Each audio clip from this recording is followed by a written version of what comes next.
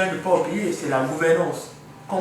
Quelle gouvernance on met autour des achats responsables au sein de l'entreprise? Introduisons en disant qu'une politique achat sans formalisation n'existe pas. D'accord?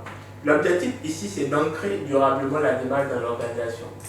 D'accord? Parce que quand vous l'avez, c'est vrai, on peut avoir aujourd'hui une directrice achat qui est sensible à ce sujet-là. Elle va essayer de porter ça, elle va privilégier les fournisseurs locaux.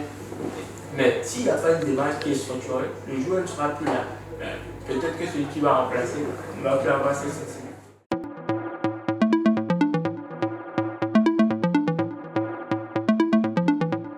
La compétence la plus utile acquise, c'est l'intégration des critères RSE dans le processus d'achat. Elle permet d'intégrer le volet social, environnemental et d'éthique en dehors du prix. Durant ces formations, j'ai acquis beaucoup de choses, beaucoup de compétences. Je peux dire notamment dans le passé récent, en ce qui concerne les achats, nous nous focalisons souvent sur la qualité et le prix.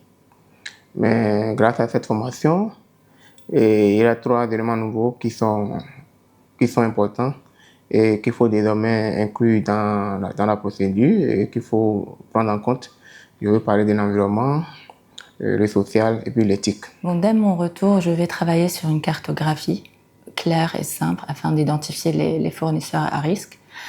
Ensuite, je vais travailler sur une charte des achats responsables, une charte simple que je vais partager avec mes fournisseurs et ensemble, on va voir comment on va travailler progressivement pour arriver à respecter cette charte qu'on va.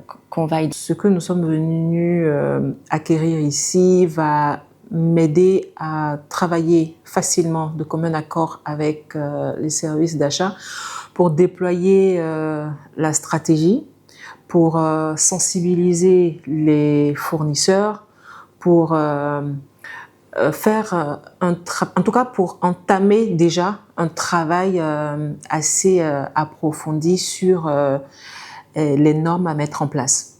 Pour ma part, le point le plus difficile, c'était l'IPR.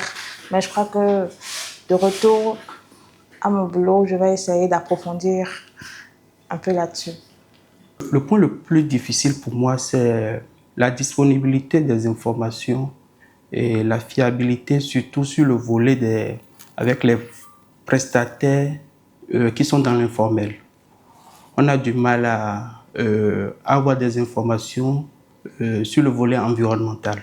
Tout à fait, complètement. Je la recommanderais parce que elle était interactive, elle était participative, elle était ludique et il y a eu une très belle expérience professionnelle, des échanges d'expériences.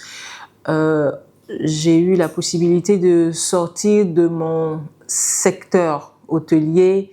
J'ai compris comment est-ce que on peut parler achat dans le domaine financier, ce qui m'était complètement inconnu, par exemple. Voilà. Oui, bien sûr, parce que ça m'a permis d'améliorer mes compétences et dès mon retour en entreprise, je pense partager mes compétences acquises et avec les collègues. Oui, oui, tout à fait. Pour toutes les personnes qui veulent approfondir leurs connaissances en matière de RSE et aussi dans la gestion des achats en général.